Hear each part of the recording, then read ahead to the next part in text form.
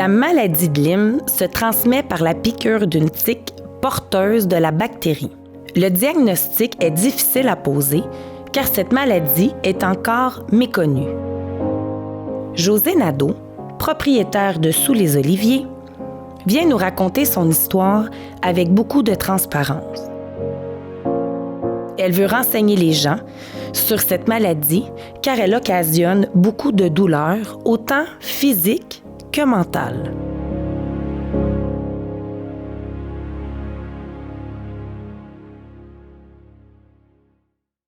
Bonjour José. Salut Chantal. Aujourd'hui, on va parler de la maladie de Lyme.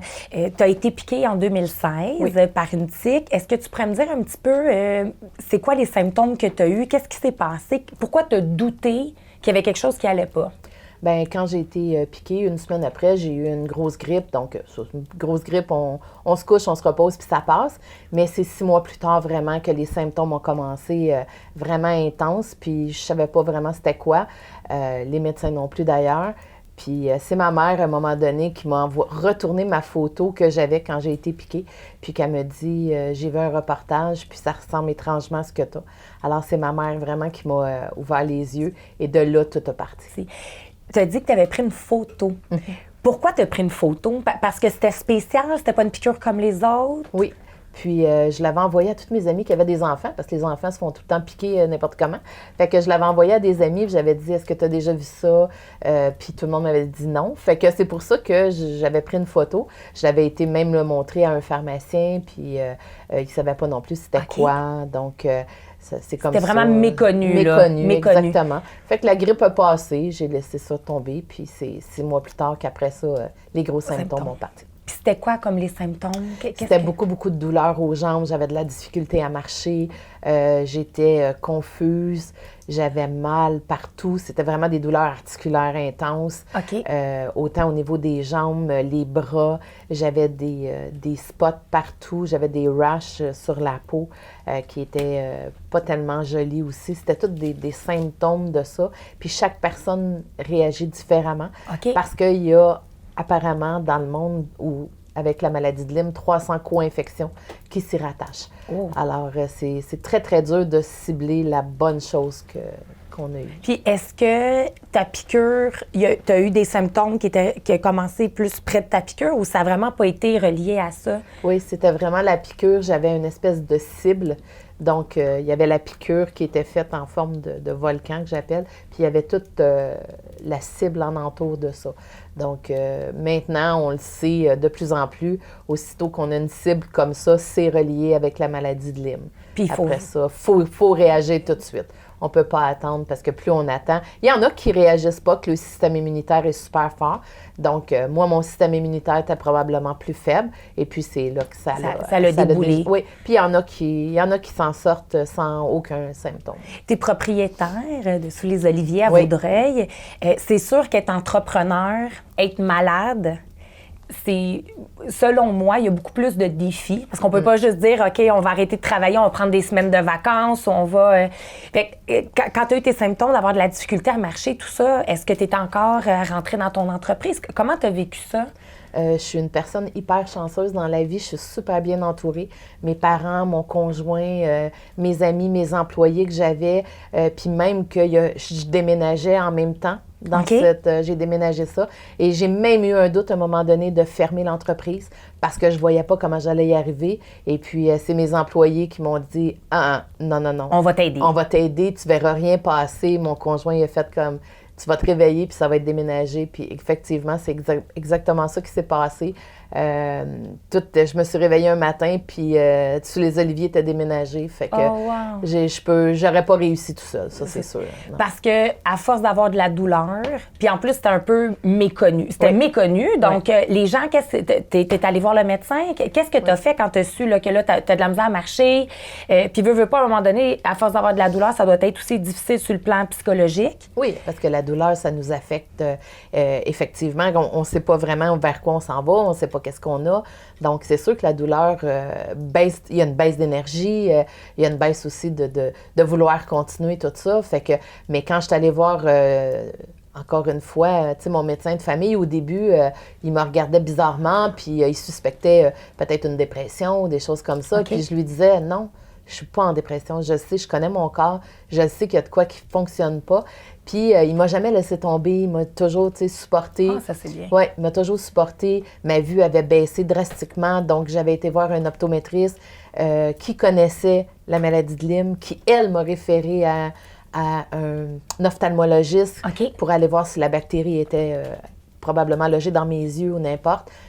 Bon, finalement, elle, après ça, c'était beau. Après ça, me référer à une microbiologiste.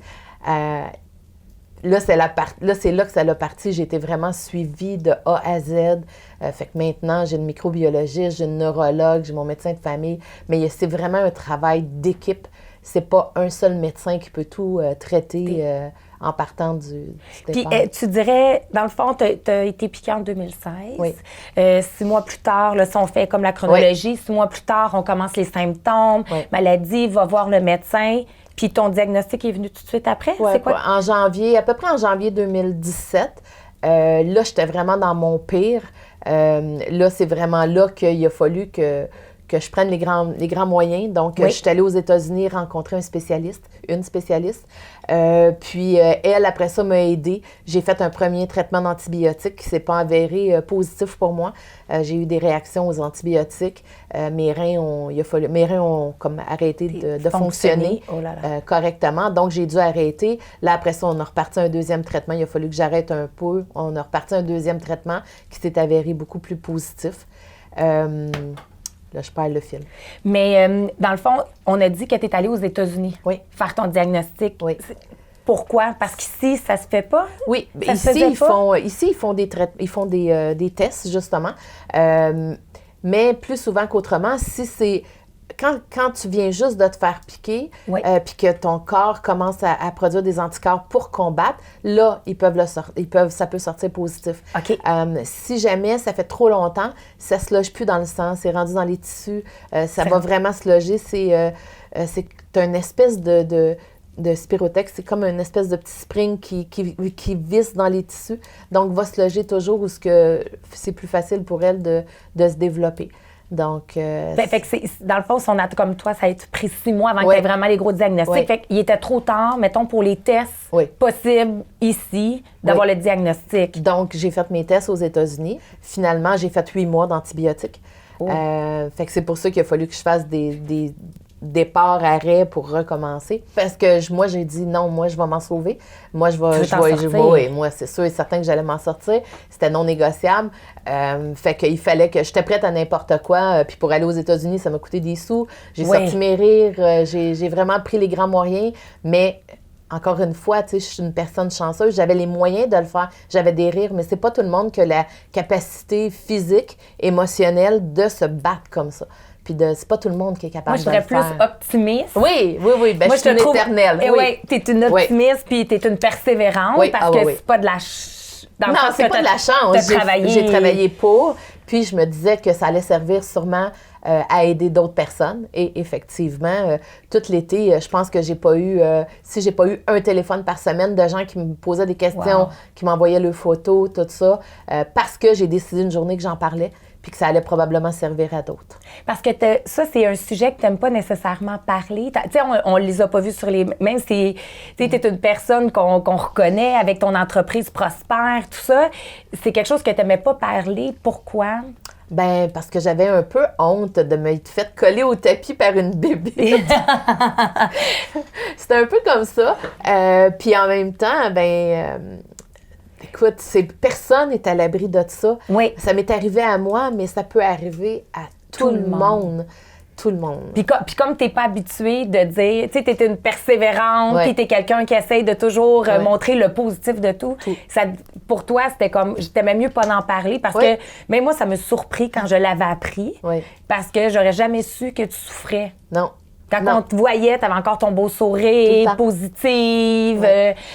Je pense que je suis une personne qui croit beaucoup que le cerveau peut autant nous guérir que nous détruire. OK. Je suis une personne comme ça. Fait que malheureusement, j'ai pas beaucoup de patience pour les gens qui s'apitoient sur eux-mêmes puis que ils ont tous les problèmes du monde, ils ont tous les troubles du monde, mais ils s'apitoient sur eux-mêmes. Malheureusement, j'ai pas beaucoup de patience pour ça. C'est vraiment plate à dire, mais moi, je pense sincèrement que quand on veut, on peut. Ça, c'est au risque de paraître un peu bizarre.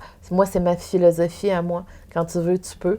Puis tu peux vraiment te sortir de pratiquement n'importe quoi. Il y a des choses qu'on n'a pas le contrôle. Drôle, là. Mais on choisit c'est nous qui choisissons comment qu'on va vivre la situation. Comment qu'on va vivre la situation.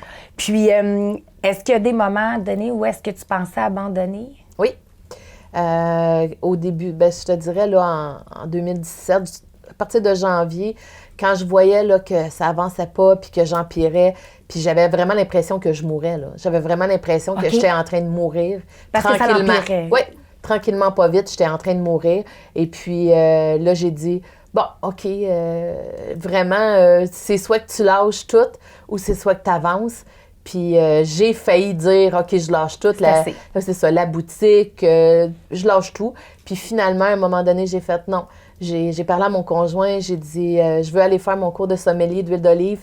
Puis j'ai dit, ça se fait en Toscane, on part, puis on y va. Oh, wow! Ouais. Puis j'ai fait, au moins, si je peux mourir à la fin de l'année, au moins, je vais avoir eu mon rêve. Quelque chose dans ton bucket list qui a été fait. Exactement. Puis comment ça a été de pouvoir partir avec la maladie parce que tu n'avais pas terminé ta médication? Pas du tout. J'étais encore sous médication. Donc, je suis partie avec toute mon chose de pilule, partir, mes produits naturels. Puis je savais qu'en Europe, on marcherait beaucoup, tout ça. Oui. Fait que, puis j'avais beaucoup de misère avec ma concentration parce que ça affecte beaucoup, beaucoup les cellules du cerveau. OK. Fait que j'avais beaucoup de misère avec ma concentration. Je me disais comment je vais faire pour faire mon cours qui se faisait en français, anglais, italien. C'était un peu un mélange de toutes sortes de langues. Fait que, j'ai continué, puis j'ai fait comme « let's go, on est capable ». Puis je l'ai fait, mais j'ai marché beaucoup là-bas aussi. J'étais capable de marcher, mais j'écoutais beaucoup mon corps. Aussitôt que c'était fatigant, j'arrêtais. J'avais besoin d'aller dehors, prendre de l'air, j'y allais. Tu sais, j'écoutais beaucoup mon corps. Ouais. Puis, est-ce que ton mari, là-dedans, comment qu'il a pris ça? Est-ce qu'il y a des fois là, qu'il se disait « oh mon Dieu lui, il m'a toujours dit qu'il n'en revenait pas comment j'étais forte. Il a toujours été présent, tu sais, pour toutes les périodes qui s'est passées. Donc, il a toujours été très, très présent. Lui, il me disait tout le temps, je sais pas comment tu fais, parce que moi, je serais déjà roulée en petite boule dans le garde-robe, tu sais. Puis, parce que t'es comme la personne, l'aidant un peu, est impuissant. Oui, l'aidant est impuissant, il peut rien faire. La seule affaire qu'il peut faire, c'est se mettre de ton bord, puis pas penser que c'est dans ta tête, comme tous les médecins pensent que c'est dans ta tête, tu fais une dépression, il y en a même un qui a poussé, même un microbiologiste, qui a poussé la chose à me dire, me demander si j'avais des aventures extra-conjugales, parce que ça ressemble, les symptômes, vraiment, ça ressemble beaucoup à la syphilis. Tous les symptômes. Fait que c'était vraiment quelque chose qui était humiliant en même temps. Là. C'est ça. Cette partie-là, c'était vraiment assez humiliant. Fait que dans le fond, en plus, puis là, comme tu dis, à quelque part, il a fallu que tu ailles aux États-Unis. Fait qu'il y a aussi un fardeau financier. Aussi, là, financier, travaille moins, travailleur autonome, tu travailles pas, tu n'as pas d'argent. C'est vraiment pas évident. Oui, parce que c'est revenu positif. Wow! Oui, c'est ça. Ça, c'est le bout que j'ai peut-être pas bien expliqué, mais c'est revenu parce que, justement, j'ai mis des crochets sur les choses qu'elle pensait qu'il fallait que ça soit testé. C'est revenu positif. C'était pour qu'ils puissent tester vraiment certains. Oui, OK. Puis que ça, finalement, une chance que tu l'as fait parce que ça a viré positif. Oui. Et là, tu as pu avoir la médication, le traitement qui a duré 8 mois. Oui. Puis j'ai eu aussi tous les services. Je suis suivie par une microbiologiste à l'hôpital Juive.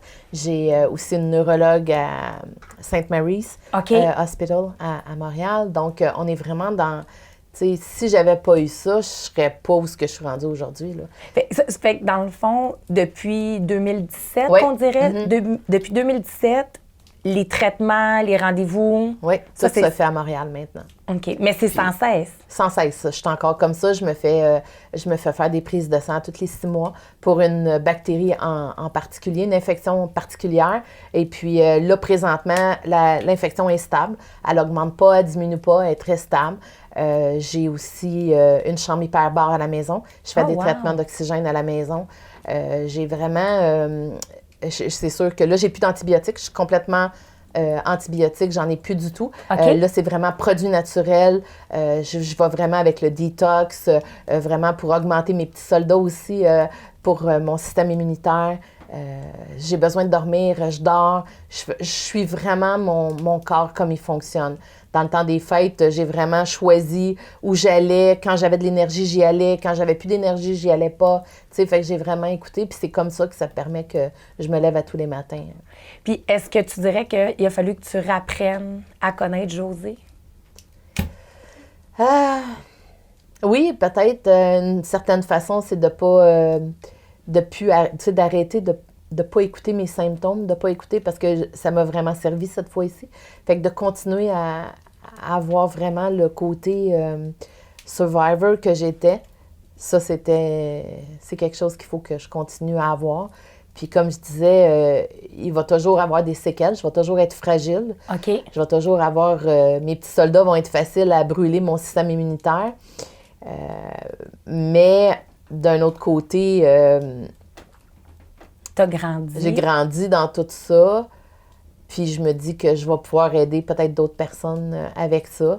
Puis je pense que la plus belle chose que la microbiologiste me dit, c'est quand ils ont découvert que j'avais des plaques au cerveau, ils ont fait comme soit que t'attends, puis oui, la sclérose en plaques va peut-être se développer à cause de ça, ou non, ou tu te dis non, moi je m'en vais sur une autre branche, fait que moi j'ai pris la deuxième option, puis j'ai fait non, moi je m'en vais sur un autre travail, un autre truc, puis je vais avancer. Je vais foncer. Ouais, moi je vais continuer de foncer.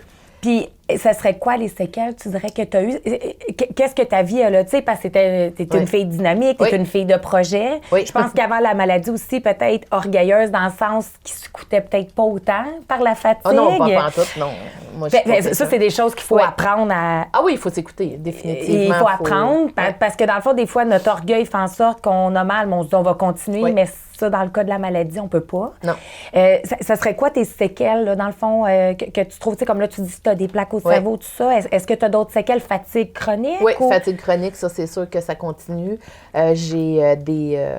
veux pas, la fatigue, les douleurs reviennent de temps en temps. OK. Spécialement pendant les pleines lunes.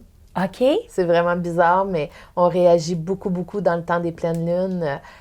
C'est des douleurs qui reviennent, les chevilles, les jambes, les genoux. C'est articulaire? C'est articulaire, beaucoup, beaucoup.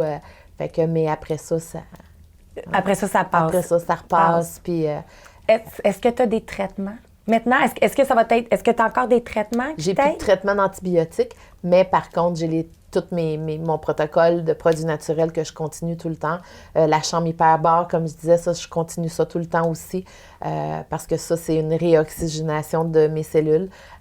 Oui, c'est pas toute la médecine traditionnelle qui accepte justement d'approuver ça.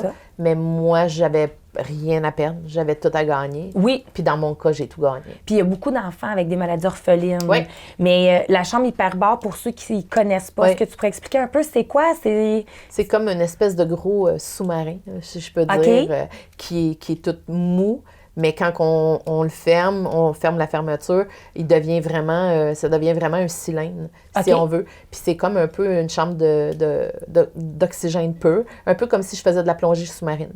Donc là, quand c'est fini, le traitement qui dure environ 1 heure, après ça, il faut que je décompresse. Donc, il faut vraiment faire une décompression de la chambre pour être capable de sortir. Je peux pas juste ouvrir sortir. C'est ça, je peux pas faire ça parce que c'est dangereux pour les oreilles. Je peux défoncer des tympans, ça peut vraiment affecter. Mais sinon, tu sors de là puis tu sens une nouvelle personne. OK, tu sens instantanément. Ah, c'est quasiment puis instantané. Comment tu te sens dans la chambre? Est-ce que c'est quoi comme sensation? Écoute, j'ai écouté Grey's Anatomy, les 16 saisons d'un coup. Pendant tous mes traitements, les 6 premiers mois que j'ai eu la chambre. Donc, mais c'est ça, tu peux vraiment écouter, tu es vraiment dedans. Moi, le seul problème que j'avais, c'est que je suis claustrophobique. OK. Fait que ça, c'était un problème fermé. Je peux pas sortir quand je veux. Fait que ça a été un petit problème pour moi que j'ai combattu avec les bienfaits. Oui, avec les bienfaits, on se dit, OK, ça va. Est-ce que ça, il y a une aide? Je m'excuse de revenir par rapport comme à l'argent, tout ça, mais je trouve que c'est un aspect quand même, quand on est malade, qui n'est pas facile. En plus, c'est une maladie, je dirais, qui est encore méconnue. Oui. Il y a encore beaucoup de gens qui se font juger par leur médecin par rapport à ça. Puis comme tu disais tantôt, qui parlent de plus que c'est de la dépression, tout ça. Il y a aussi l'ancienne mentalité de médecin aussi. Ça, c'est des frais qui coûtent beaucoup. Ou est-ce qu'on est capable d'avoir de l'aide du gouvernement? Est-ce que si on se bat, on est capable d'avoir de l'aide? Ou faut se dire qu'on le fait? C'est ça. Si on dit qu'on le fait, ça sort de nos poches à nous. C'est vraiment nous qui le faisons. Oui. Fait que c'est pour ça que des fois, il y a des gens qui... Ils empirent, pire en pire, parce qu'ils peuvent pas aller se faire soigner. Ils peuvent pas... aller chercher, justement, tu sais, moi, je suis allée vraiment au bout de tout ce que je pouvais avoir. Mais le gouvernement, à part que si tu as tes prescriptions signées du Québec, là, c'est correct. Oui. Là, c'est payé par le gouvernement, tout ça. Mais sinon, tout le reste, produits naturels coûtent excessivement cher. Oui. Ça, c'est pas remboursé. On peut pas mettre ça sur nos impôts non plus à la fin du mois. À la fin de l'année, pardon. Fait qu'on est vraiment dans quelque chose qui sort de nos poches. Fait que pour les gens, tant aussi longtemps qu'il n'y aura pas quelque chose qui va aider, ça va être... Moi, j'avais une bonne assurance aussi, donc ça aussi, ça m'aidait parce que je pouvais aller faire des traitements Je pouvais aller faire des massages, je pouvais aller faire de l'acupuncture, je pouvais aller faire rencontrer le chiro aussi. Tu sais, fait qu'au moins, moi, j'avais tout ça, mais ça a été tout un amalgame de tout ça. Tu sais, ça n'a pas été juste un traitement. C'est ça. C'est très dispendieux. C'est très dispendieux. Ouais, je te dirais que ma première année de LIM, là, j'ai dépensé au moins 50 000 Oh. Sans savoir en plus. Sans savoir, je faisais des tests. Pour les gens qui doutent de la maladie, puis que là, sont comme dans, justement, là, plus dans le bout où est-ce qu'ils ont mal, où est-ce que les gens les comprennent pas, ça serait quoi que tu aimerais leur dire? Continuer à se battre, continuer à croire que nous, on a quelque chose. Et puis, oui, c'est sûr que les médecins n'aiment pas ça quand on essaye de s'auto-diagnostiquer. Oui. C'est tout à fait normal aussi, parce que c'est pas notre job de faire ça. On n'a pas les compétences. Mais par contre, d'en parler, tu sais, puis oui, c'est dur d'avoir un médecin de famille qui nous supporte, qui nous suit. Oui. Mais si on en a un, c'est sûr que... Puis c'est pas avec la violence que tu te fais écouter. C'est avec la douceur. Ah, ça, c'est beau, ça, parce que souvent, avec la douleur, des fois, on vient enrager. Ah, ben oui. On vient enrager. Oui. Ça, c'est beau. Ça serait plus de dire de garder la sagesse, la douceur pour se faire entendre que d'y aller avec la colère. Ah oui, tu peux pas te faire écouter par un médecin si tu y arrives avec la colère. Déjà qu'eux autres, ils en ont par-dessus les oreilles. Oui. On s'entend que eux autres souffrent, eux autres aussi, puis nous autres, on ne le sait pas. Mais avec la douceur, avec l'explication, avec aussi d'arriver, puis de parler, dialoguer avec son médecin. Pas d'arriver, puis de dire, moi, j'ai ça, puis c'est vraiment un travail d'équipe. Tu peux pas arriver puis le faire toute seule, puis le médecin ne peut pas arriver puis le faire toute seule non plus. C'est un travail d'équipe. En un an, j'ai probablement vu 20 différents médecins. Wow! 20 différents spécialistes. Spécialistes. Oui. Ça, c'est énorme. C'est beaucoup de rendez-vous. J'ai coûté cher à la société aussi.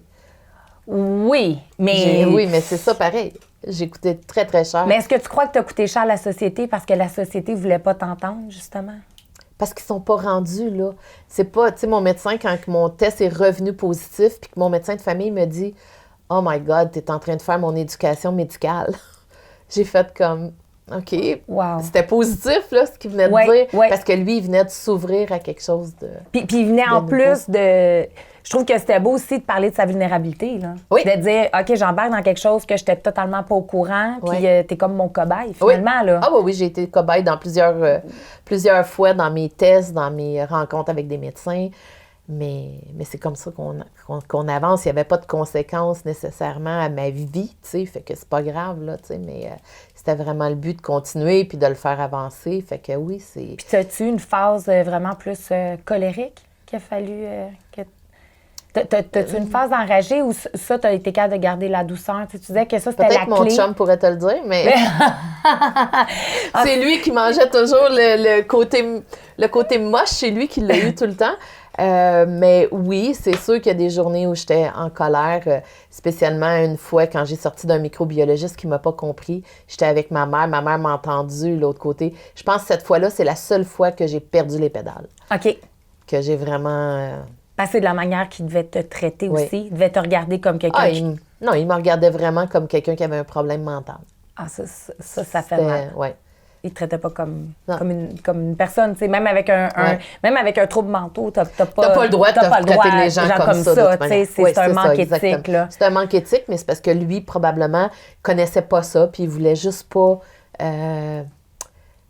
admettre que c'était pas dans sa phase à lui, c'était pas dans ses compétences à lui, puis qu'il aurait pu me référer à quelqu'un d'autre. Puis j'aurais dit, OK, pas de trouble.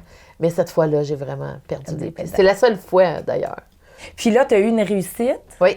Parce que tu as marché ton premier 4 km depuis hier. longtemps. Oui, ça fait super longtemps. Ça doit faire du bien, là, de se dire que là, on voit un avancement. Oui. Ça fait... C'est rassurant aussi. C'est rassurant, oui. Ça serait quoi que tu souhaites? Josée, elle souhaite quoi, là, pour les années à venir, là, avec la maladie? Que je continue comme ça, je continue à me battre, je continue à avancer, faire avancer aussi mon corps là-dedans, puis que j'aie pas de répercussions plus que j'en ai là. Je suis capable de très bien vivre comme ça. Fait que je veux vraiment continuer de même. Puis en même temps aussi, peut-être d'aider d'autres gens qui sont en entour de moi, puis qu'il leur arrive quelque chose comme ça. Je vais jamais fermer ma porte à quelqu'un qui va m'appeler pour me demander de l'aide ou des conseils. Parce que tu as beaucoup d'empathie. Oui, beaucoup d'empathie. Je sais que ça fait mal, partout. Je sais que ça fait mal au corps, ça fait mal à la tête, ça fait mal à l'âme. Je sais ça. Je te remercie beaucoup, Josée. Merci, Chantal.